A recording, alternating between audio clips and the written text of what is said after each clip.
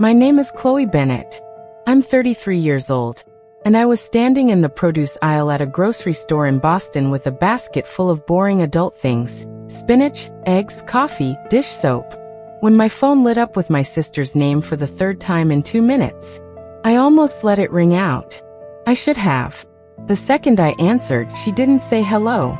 She said, "You're paying my rent this month. $2,600.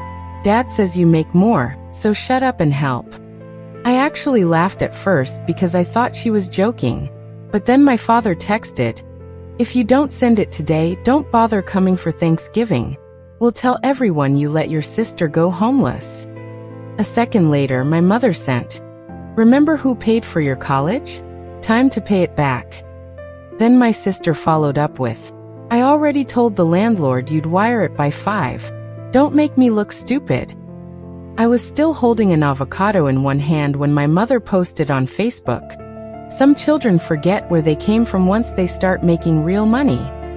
That was the moment it stopped being a family emergency and became a public shakedown. I looked around at strangers comparing cereal prices while my entire family tried to corner me into funding a life they had volunteered me for without my permission. So I put the avocado back, took one breath, and sent a single reply to the group chat.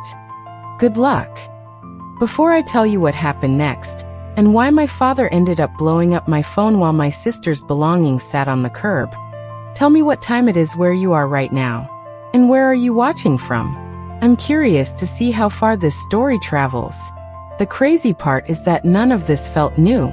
It felt familiar in the most exhausting way possible, like hearing a song you hate, but already know every word to. I pushed my cart forward, but I couldn't focus on the shelves because my head was already filling with old scenes I had spent years trying to outgrow. My sister, later introduced to the world as Natalie whenever my parents needed her to sound glamorous, had always been the one people described as spirited, sensitive, and finding herself. I was the one described as reliable, which in my family meant useful, silent, and expensive.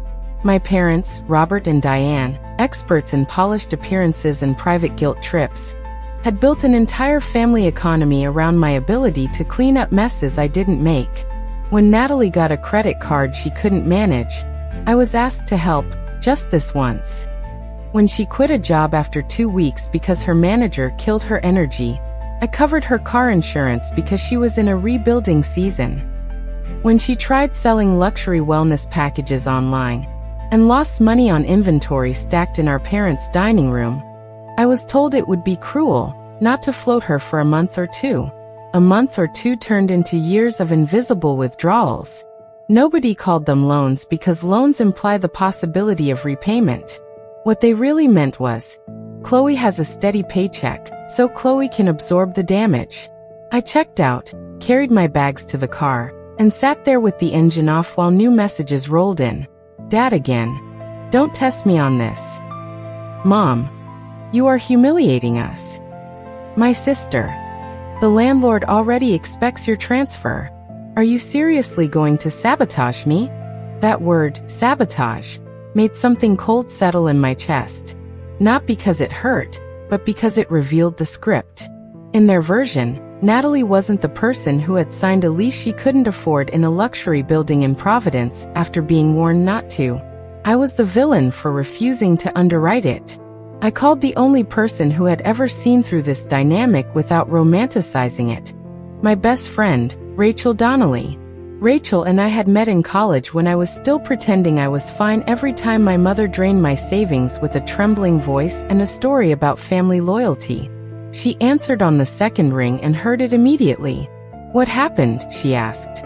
I told her everything, word for word, including the Facebook post. She stayed quiet for a beat, then said, Chloe, this is not a request. This is coordinated extortion with cranberry sauce on the side. I laughed despite myself. Then she said the thing I needed to hear. Don't send a dime, and whatever you do, keep every message. People like this always get sloppy when they think shame will do the work for them. I stared through the windshield at a gray Boston afternoon and asked the ugliest question in my head. What if they really do tell everyone I let her become homeless? Rachel snorted. Then let them. Anyone who hears the whole story will know exactly who the problem is.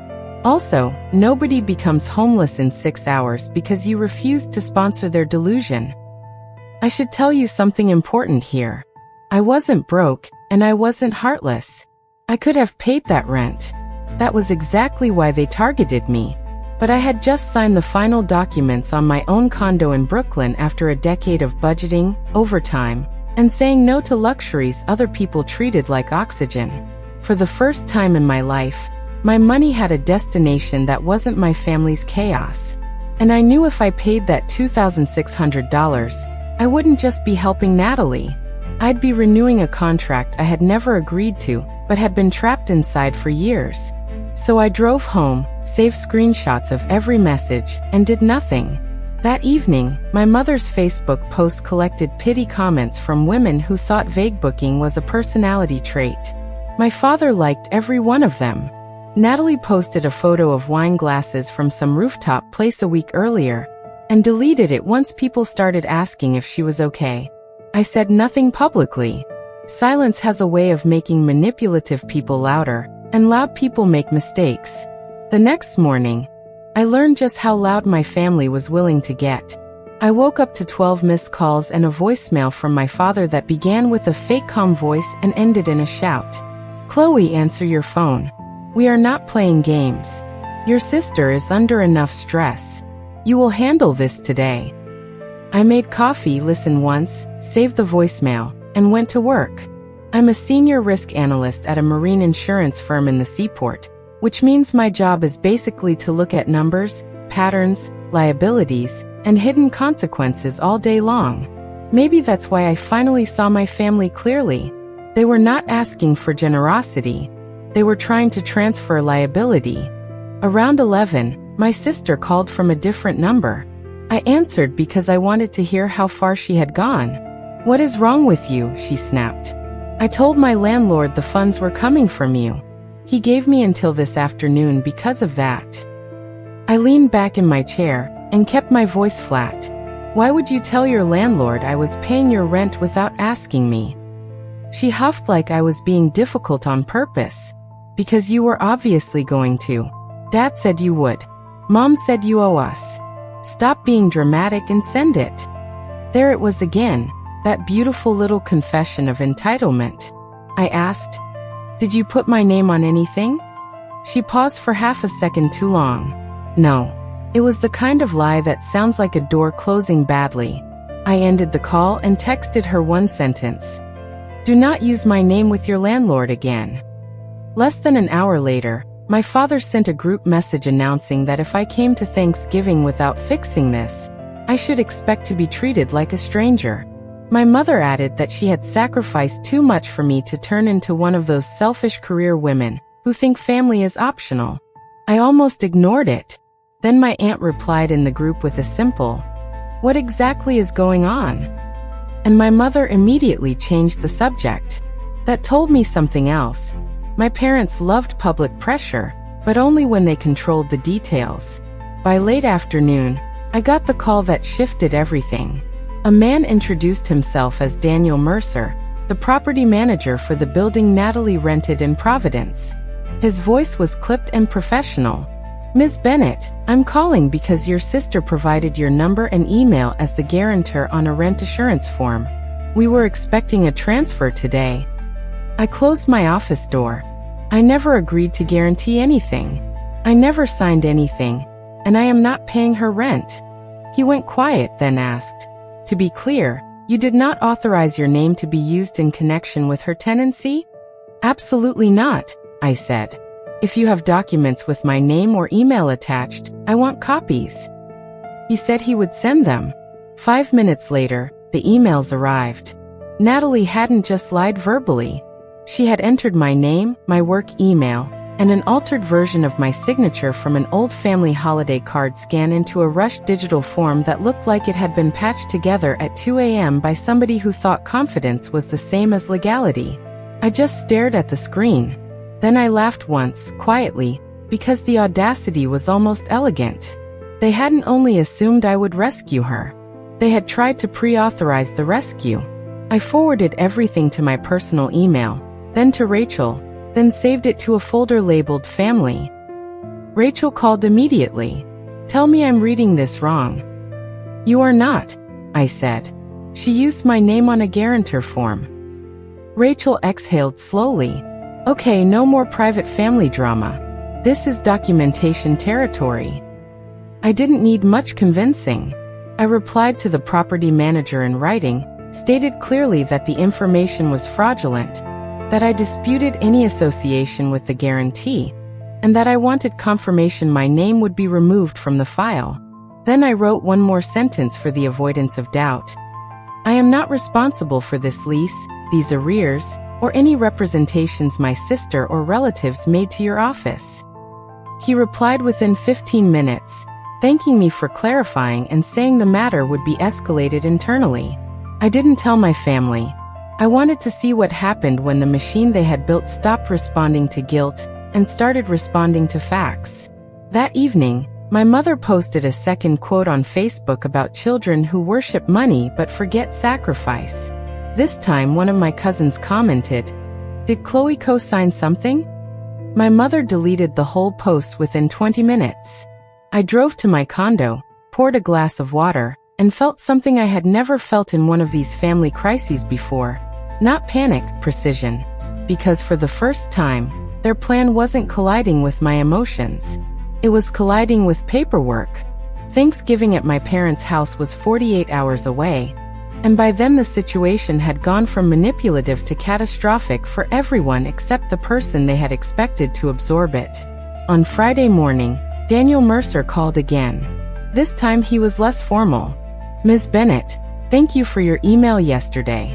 We verified that you are not on the lease, and that the supporting guarantor information appears unauthorized. Your sister is currently in default, and prior accommodations were extended based on representations we now know were false." I asked the obvious question. "What happens now?"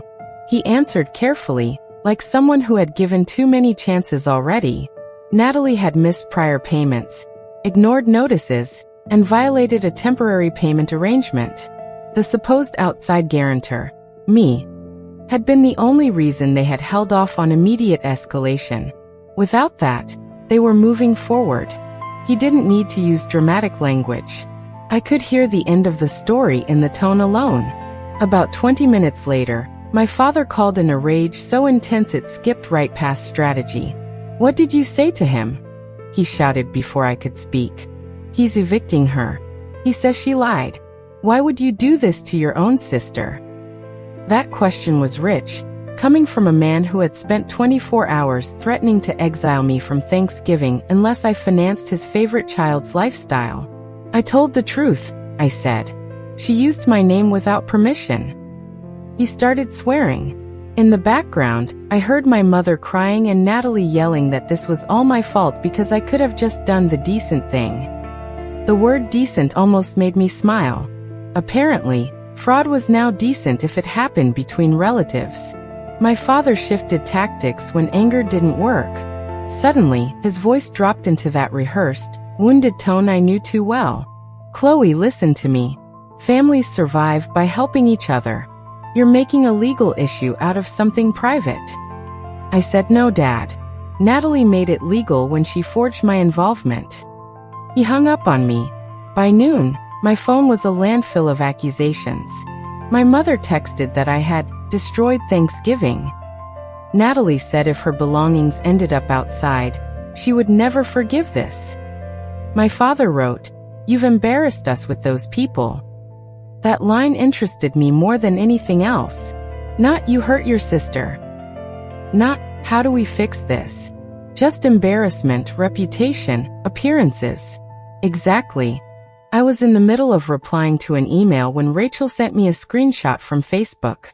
One of my parents' friends had shared my mother's earlier post, assuming there was some tragic story about an abandoned family.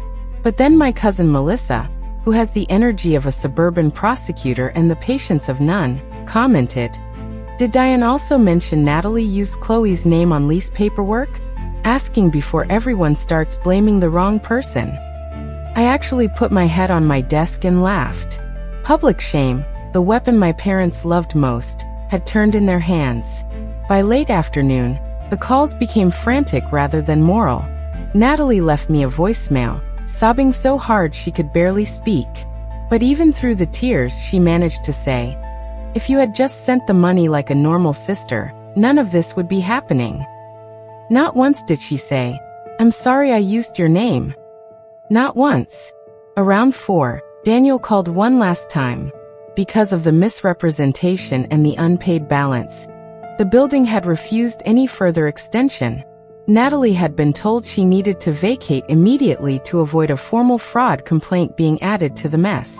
Her things, he said delicately, were being removed from the unit because she was refusing to cooperate with the move-out timeline, and had called the office screaming that her corporate snake sister ruined her life.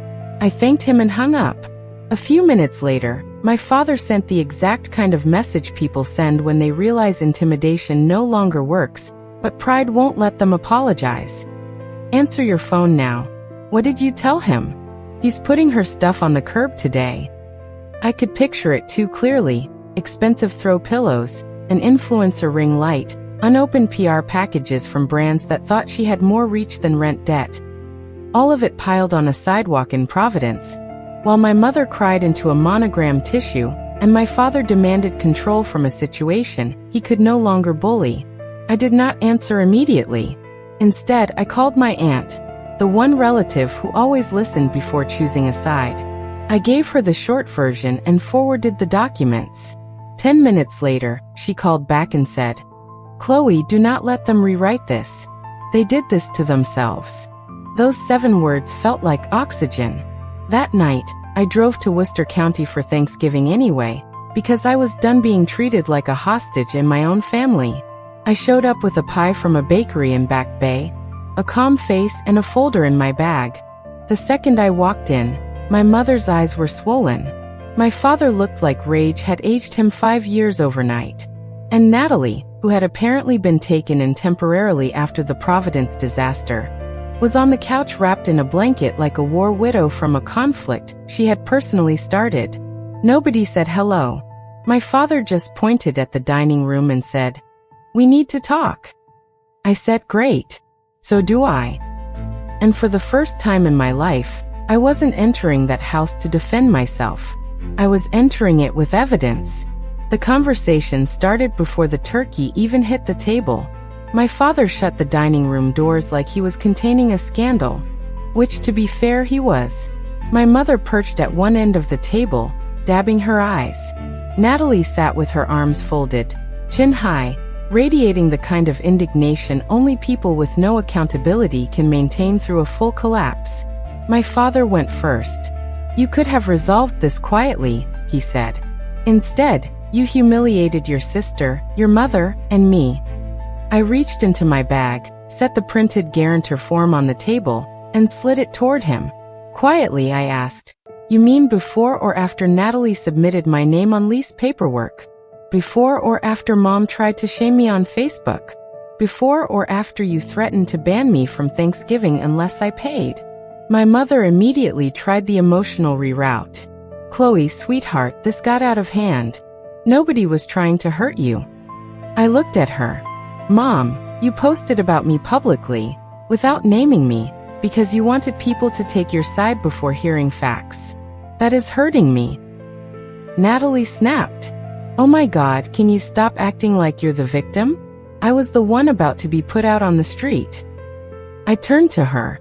"And whose decision was it to lease a luxury apartment with valet parking, a rooftop gym, an imported tile on an income you could not sustain?" She opened her mouth, but I kept going. "Whose decision was it to tell your landlord I'd pay? Whose decision was it to use my name on a guarantor form?" She stood up so fast her chair scraped backward. "I was desperate," she yelled. "You have no idea what it feels like to be scared every month." That almost broke my heart, because for one tiny second she sounded honest. Then she ruined it. "And besides, you owe me." I actually blinked. "I owe you." My father jumped in before she could elaborate, which told me there was something they all thought was obvious, and I had somehow never been insane enough to adopt. Your sister gave up a lot too, he said. The family leaned on you financially because you were the stable one. Natalie had different gifts. Rachel would have paid actual money to hear that sentence live. I said very slowly. Different gifts is a fascinating way to describe serial irresponsibility. My mother gasped. My father slammed his palm on the table. Do not speak about your sister that way. I leaned forward. Then stop asking me to finance her life. There was a silence then, thick and electric, because everybody in the room knew I was no longer participating in the old choreography. My mother made one last attempt to restore the script. We did so much for you, she whispered. We paid for school. We supported your career. We believed in you. I had known that line was coming since the produce aisle. You did help me, I said, and I was grateful. Then I repaid my student loans myself. Then I paid your property tax shortfall 2 winters ago. Then I covered Natalie's dental bill. Then I loaned money for your kitchen repair that somehow turned into a new refrigerator and patio furniture. At what exact dollar amount do I stop being a daughter and become a reimbursement program? My father looked stunned. Not because he disagreed, but because I had said the arithmetic out loud. Natalie rolled her eyes and muttered, You always keep score. No, I said. I kept receipts. There's a difference. Then I put a second folder on the table. Bank transfers, Venmo screenshots, a cashier's check image, dates, notes, emergency, temporary, family, just until next month. My mother stared at the papers like they were written in another language. My father didn't touch them. Natalie glanced once and looked away. I didn't ask for all of that, she said. You asked for most of it, I replied. The rest was requested by Mom or Dad on your behalf. Either way, it all moved in one direction. My Aunt Melissa, who had apparently decided closed doors were optional when nonsense was involved, opened one and stepped in without waiting. I hope I'm not interrupting the guilt symposium, she said. Nobody invited her, but nobody stopped her either. She had brought sweet potatoes and the righteous energy of someone who had read every screenshot. Actually, she added, looking at my parents, I think Chloe deserves witnesses. My father stood up. This is a family matter. Melissa folded her arms. It became a community matter when Diane Vague posted and Robert started calling relatives for sympathy. My mother burst into tears again. Natalie started crying too, but in that angry theatrical way where every sob sounds like a threat. Then she said the quiet part out loud. Fine. I used Chloe's name because everyone said she'd pay anyway. That's how it always works. Nobody spoke for a full 3 seconds. Not me, not my parents, not even Melissa. Because there it was, the whole rotten structure stripped naked in one sentence. That's how it always works. I looked at my father first. Did you hear that? He rubbed a hand over his face and said nothing. I looked at my mother. Did you? She whispered, Natalie. As if tone could reverse a confession, but it was too late. I didn't need them to admit the pattern anymore. Natalie already had. And once truth is spoken plainly in a room full of people, denial becomes much heavier to carry. That should have been enough humiliation for one holiday. But family systems built on entitlement rarely collapse gracefully. They thrash. And my sister still had one last card she thought could save her. Natalie wiped her face, straightened up, and did what she had done her entire life when consequences closed in. She reached for a weapon from the past. You want everyone to hear the truth? She said. Fine, let's talk about the summer you took money from Mom's envelope and pretended you didn't. My mother inhaled sharply. My father looked up. Melissa frowned. And I just sat there because the accusation didn't hit the way Natalie expected. It landed like an old cheap prop somebody had stored badly in a garage. Go ahead, I said. Tell it correctly. That threw her. She was expecting panic, not permission. You stole from the house, she said anyway. Louder now. You've always acted superior, but you're not innocent. I nodded once. I was 17. Mom had set aside cash for the electric bill. Natalie had overdrawn her account again. and was sobbing because her boyfriend at the time was threatening to dump her if she didn't join him on some beach weekend she couldn't afford. Dad was out of town. Mom was asleep after her dental surgery. Natalie begged me to help her and promised she'd put the money back before Mom noticed. I paused. She did not. When the electric company warning came, I took the blame because Dad said one daughter admitting stupidity was better than the family looking unstable over Natalie. Nobody at that table moved. My mother looked physically ill. My father stared at the table runner like he was seeing a ghost. Natalie opened and closed her mouth without sound for a second. Then she said, much weaker now, "That's not exactly how it happened." Melissa answered before I could, because it sounds exactly like how everything else happened. My father tried to reassert control. That was years ago. We are not relitigating ancient mistakes. I laughed then, not kindly. Ancient mistakes? You mean the practice round for the same pattern you all repeated into my 30s? I could feel years of self-erasure rearranging themselves into language. Dad, do you remember when I turned down a semester in London because Natalie needed support after dropping out of her nutrition program? Mom, do you remember asking me to delay moving out because Natalie couldn't handle being the only unmarried daughter at home? Do either of you remember calling me dramatic when I said I felt more like a reserve account than a child? My mother cried harder. My father said, "We were trying to keep the family together." I said, "No, you were trying to keep Natalie comfortable." The room got so quiet that the oven timer in the kitchen sounded obscene. Then my mother whispered the first honest sentence I had ever heard from her on this subject. "We leaned on you because we knew you would survive it." There it was. Not because it was fair. Not because it was right. Because I was the one they trusted to endure the damage. Some families crown a golden child. Others build one and sacrifice another to support the architecture. Natalie looked shaken now, but not transformed.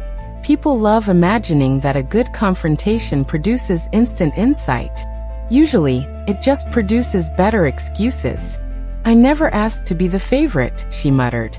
"No," I said. "You just kept cashing the checks." My father stood and began pacing. "So what do you want, Chloe? An apology? Fine. We're sorry this got messy." I almost admired the wording. It apologized for inconvenience, not conduct. "I don't want a ceremonial apology," I said. "I want terms." That word stopped all of them. My father turned. "Terms?" "Yes. Since this family has operated like a badly run financial institution for years, let's be clear. I will not pay Natalie's rent. I will not co-sign, guarantee, or cover debts created without my consent. I will not answer group messages designed to shame me into compliance. I will not tolerate my name being used in private, in public, or on paperwork without written permission. If it happens again, I will treat it exactly the way I treated this one." Natalie scoffed, but it sounded brittle. "You'd really call the cops on your own family?" "If my identity is used fraudulently again," I said, "I won't have to. I'll just stop protecting you from the consequences." That hit harder than a threat, because it was true. Protection, not love, not duty, not generosity, had been the real currency I'd supplied for years. Protection from bad decisions, late fees, social embarrassment, practical adulthood, reality itself. My mother whispered, "Where is Natalie supposed to go?" Melissa answered first. "Maybe somewhere she can afford."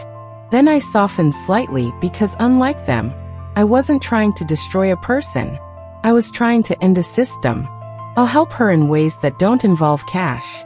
I'll pay for 3 sessions with a financial counselor. I'll help redo her resume. I'll spend a Saturday helping her apartment hunt. But I am done funding chaos. Natalie looked at me like I had insulted her more deeply than if I'd screamed. That told me everything. Help was never the point. Control was. Access. The guarantee that I could be pressed into service whenever her choices ripened into disaster was the point. My father sank into a chair. My mother covered her face. Melissa, to her credit, stayed quiet. And then the final shift happened.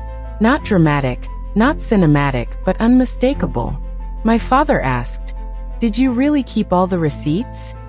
"Yes," I said. "All of them." He nodded slowly, like a man confronting the cost of a story he had told himself for too long. Thanksgiving dinner that year was bizarre beyond description. We still ate, because America will collapse before it skips a meal with gravy. But nobody could pretend anymore. Every spoon clink, every passed plate, every fake normal question about weather carried the weight of exposed truth. My mother barely touched her food. Natalie pushed turkey around without eating it. Melissa asked for more stuffing like a woman honoring tradition in a war zone.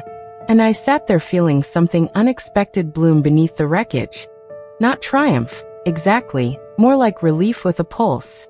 Because once a family myth is broken in front of witnesses, it can survive only through laziness. And I had finally become too awake to help them keep it alive. The aftermath was messier than the confrontation, but it was also more revealing.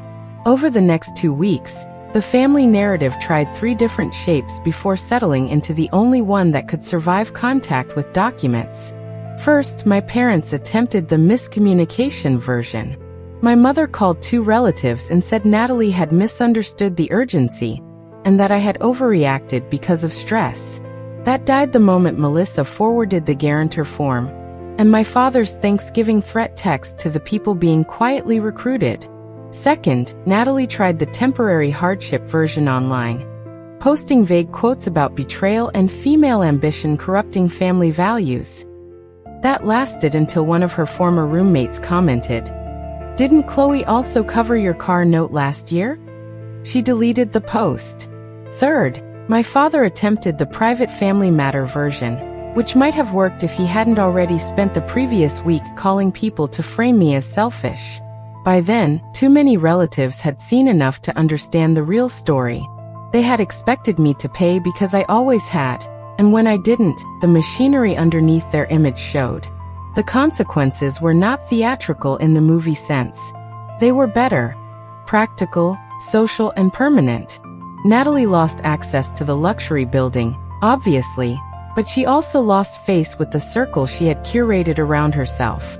It turns out it's hard to keep branding yourself as an aspirational wellness woman when your belongings spent an afternoon on a Providence curb next to a discounted ring light and 3 framed affirmations about abundance. One of the boutique studios where she taught classes quietly cut her schedule after a member recognized her from the drama and mentioned the forged Guarantor story to management.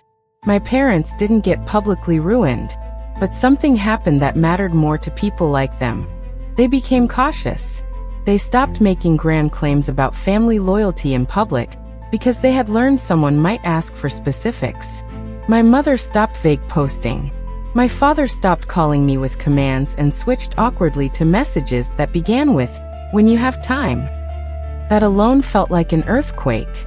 As for me, I did exactly what I said I would do. I did not send money. I did, however, email Natalie the contact information for a financial counselor in Providence, a budgeting app, and 3 affordable apartment listings within commuting distance of 2 gyms that were hiring instructors. She ignored all of it for 6 days, then sent a 1-line reply.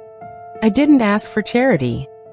That almost made me laugh again, because boundaries always look like cruelty to people who benefited from your lack of them. But a week later, she used one of the apartment leads.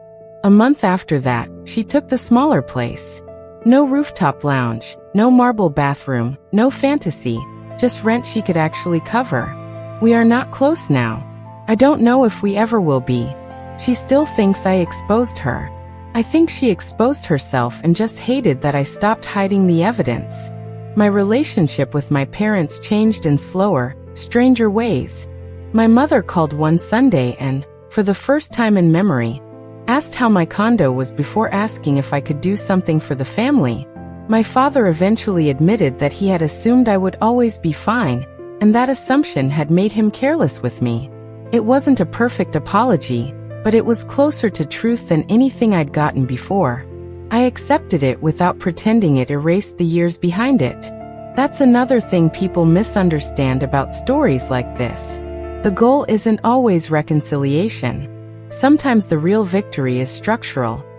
The manipulation stops working, the emergency pipeline closes, the person they depended on to absorb impact becomes unavailable for misuse.